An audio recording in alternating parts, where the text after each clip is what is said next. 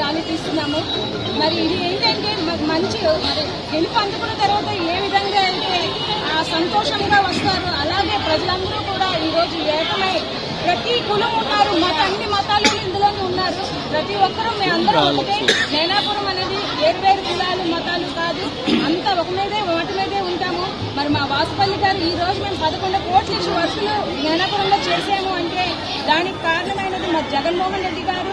అలాగే అది అలాగా మా వాటి వరకు వచ్చింది. మా వర్కులు 11 కోట్లు అంటే మరి వాసుపల్లి గణేష్ కుమార్ గారు చొరవతోనే మేము చేయగలుగుతున్నాము. మరి అలాంటి ఎమ్మెల్యే గారిని మేము గెలిపించుకుంటాము.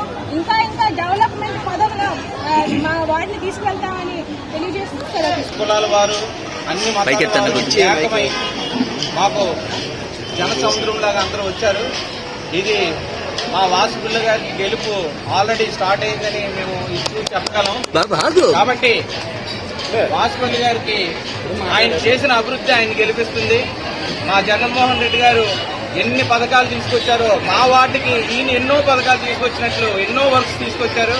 కాబట్టి ఈ రోజు ఈ వార్డుకి ఇంత వాసుపల్లి గారు ప్రతి ఒక్కరు ఓటు వేస్తారంటే కారణం ఆయన చేసిన అభివృద్ధి.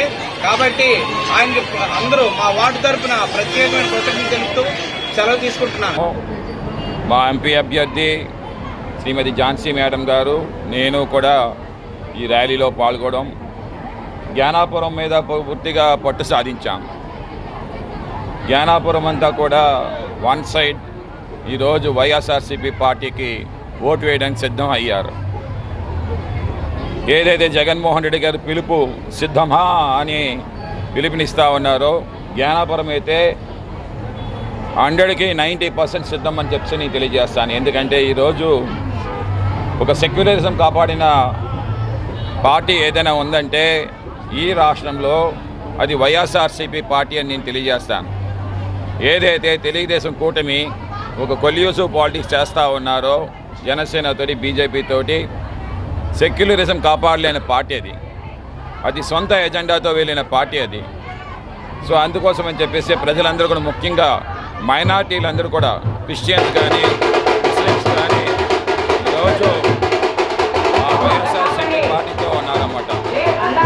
ఆ వైఎస్ఆర్సీపీ పార్టీతో ఉన్నారు. చక్కనైన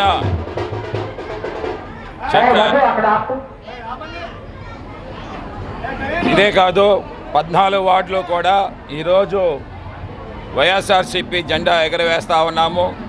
అన్ని వార్డుల్లో సుమారు ఒక 2000 ఓట్ల మెజార్టీస్తో ఒక్కొక్క వార్డులో కూడా మేమేమో ముందుకు సాగుతాము, పర్యటనలు చేస్తూ ముందుకు సాగుతూ ఉన్నామన్నమాట. మొన్ననే మేమేమో నామినేషన్ వేసాము. ఆ నామినేషన్లో సుమారు 20,000 మంది మా యొక్క శ్రేయోభిలాసులు, ఓటర్లు, అలాగనే అభిమానులు, తర్వాత మా నాయకులు, కార్యకర్తలు కూడా పాల్గొనడం జరిగింది.